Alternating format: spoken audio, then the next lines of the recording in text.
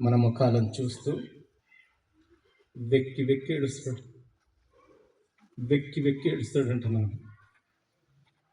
ఉదయం నా కూతురు ఒక 10 రూపాయలు అడిగింది, నేను ఇవ్వలేకపోయాను. ఉదయం నా కొడుకు 10 రూపాయలు అడిగాడు, నేను ఇవ్వలేకపోయాను. ఎందుకు దేవుడా ఇంత బీదరికంలో నన్ను ఎందుకు పుట్టించావు అని వెక్కి వెక్కి ఏడుస్తాడంటున్నాను. అది మనం అర్థం చేసుకోవాలి. ఎప్పుడు నాన్ననేమనొద్దు ఫ్రెండ్స్, ఆయన అంతే. మరి ఏం చేస్తాం? ఇలాగే ఓ రోజు నేను నాన్న గురించి చెప్తుంటే ఒక అమ్మాయి లేచి చెప్పింది, సార్ మీరు చెప్తున్నట్టుగా మా నాన్న ఉండడండి, ఎప్పుడు ఆల్కహాల్ స్వీకరిస్తూ ఉంటాడు, మా అమ్మని ఇబ్బంది పెడతాడు, మా ఇంట్లో అందరిని ఇబ్బంది పెడతాడు, అలాంటి నాన్న గురించి నేనెందుకు పాజిటివ్గా ఆలోచించాలి సార్ అంది. నిజమే, కానీ నాన్నకి ఇలాంటి కాలేజ్ లేదే చెప్పడానికి, ఎప్పుడు కాలేజీకి వెళ్ళలేదు కదా. నాన్న చుట్టూ ఉన్నటువంటి ఎన్విరాన్మెంట్ అలా ఉంది, మరి ఏం చేయమంటారు? ఆయన పెరిగినటువంటి వాతావరణం అలా ఉందండి. ఆయన తప్పు పట్టకండి ఫ్రెండ్స్, ఆయన పెరిగిన వాతావరణం అది, ఆయన సర్కిల్ ఆ విధంగా ఉంది. ఆయన ఎప్పుడు స్కూల్కి వెళ్ళలేదు, కాలేజీకి వెళ్ళలేదు. మరి ఎలా చెప్తాం మనం? ఎప్పుడు జడ్జి చేయకండి. నాన్న ఇంత కష్టపడతా ఉంటే అమ్మండి మీ తెలుసండి,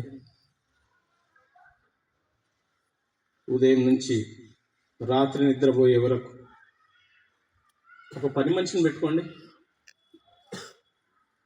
ఎంత ఖర్చు అవుతుందో తెలుస్తుంది, ఎలా పని చేస్తుందో తెలుస్తుంది.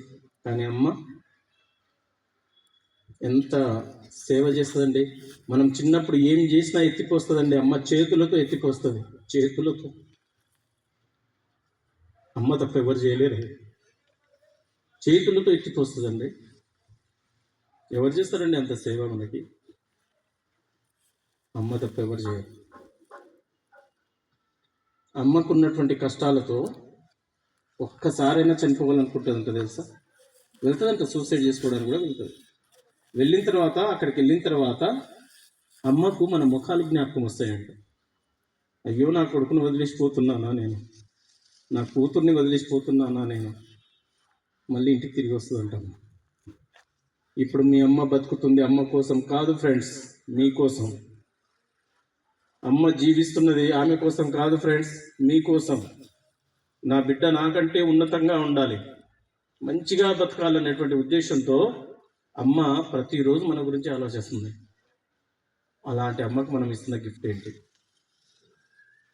రేపు మనం మంచిగా పాస్ అయిపోయి, ఫస్ట్ క్లాస్లో పాస్ అయ్యి, మరీ ఇబ్బంది అయితే సెకండ్ క్లాస్లో పాస్ అయ్యి, మరీ ఇబ్బంది అయితే థర్డ్ క్లాస్లో అన్నా పాస్ అయ్యి, లేదు నేను ఎట్లయినా సరే ర్యాంక్ కొట్టే వెళ్తాను అని చెప్పేసి ర్యాంక్ కొడితే మీ బ్రోచర్లో మీ కాలేజ్ బ్రోచర్లో మీ ఫోటో ఉంటే ఎంతమందికి చూపించుకుంటుందండి, ఎంతమందికి చూపించుకుంటుంది.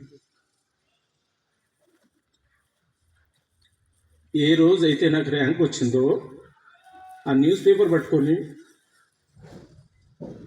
మా అమ్మ ఊరంతా తిరుగుతూ అందరికీ చూపించుకున్నదండి. నా కొడుకు